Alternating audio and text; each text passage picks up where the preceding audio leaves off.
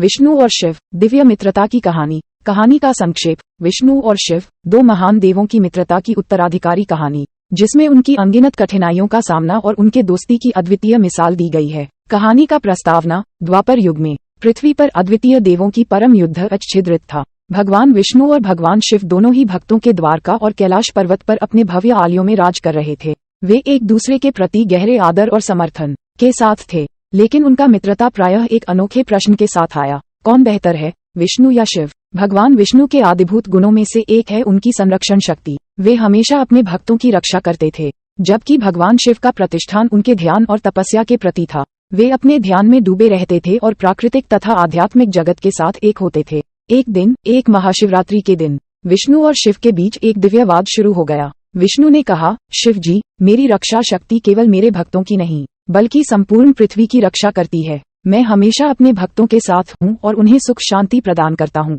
शिव ने मुस्कुराते हुए उत्तर दिया, विष्णु जी, ये सच है कि आपकी शक्ति अत्यधिक है, लेकिन मेरी तपस्या और ध्यान से ही सृष्टि की रचना होती है। मैं संपूर्ण जगत का संतुष्टिकरण करता हूँ और आत्मा को मोक्ष की ओर दिलाता हूँ। विष्णु और शिव का वाद बढ़ता गया और उनकी वाद विवाद ने पृथ्वी के दिल में भी फूट डाला। उनके भक्तों में भी इस वाद के बारे में अद्वितीय रूप से विचारशीलता और भक्ति उत्तेजना पैदा हुई। एक दिन, एक विशेष प्रकार की पूजा के दौरान, विष्णु और शिव के भक्तों ने दोनों देवों की महिमा को मन में धारण किया और उन्होंने दोनों की अद्वितीयता को समझा। वे समझ गए कि विष्णु और शिव, यदि वे साथ मिलकर काम करें, तो पृथ्वी को अधिक उत्तराधिकारी बना सकते हैं। इसके बाद विष्णु और शिव ने एक दूसरे के साथ मिलकर पृथ्वी के लिए सर्वोत्तम समाधान ढूंढने का निर्णय लिया। वे एक साथ काम करने के लिए तैयार थे, लेकिन एक बड़ी समस्या थी, कौन होगा उनके मार्गदर्शक? इस महत्वपूर्ण समस्या का समाधान तब हुआ जब भगवान ब्रह्मा आए और बताया कि एक महान ऋषि नामक दुर्वासा के पास उनका उत्तराधिकारी बनने के लिए जाना चाहिए। दुर्वासा, जिन्होंने ब्रह्मा के आदेश को स्वीकार किया,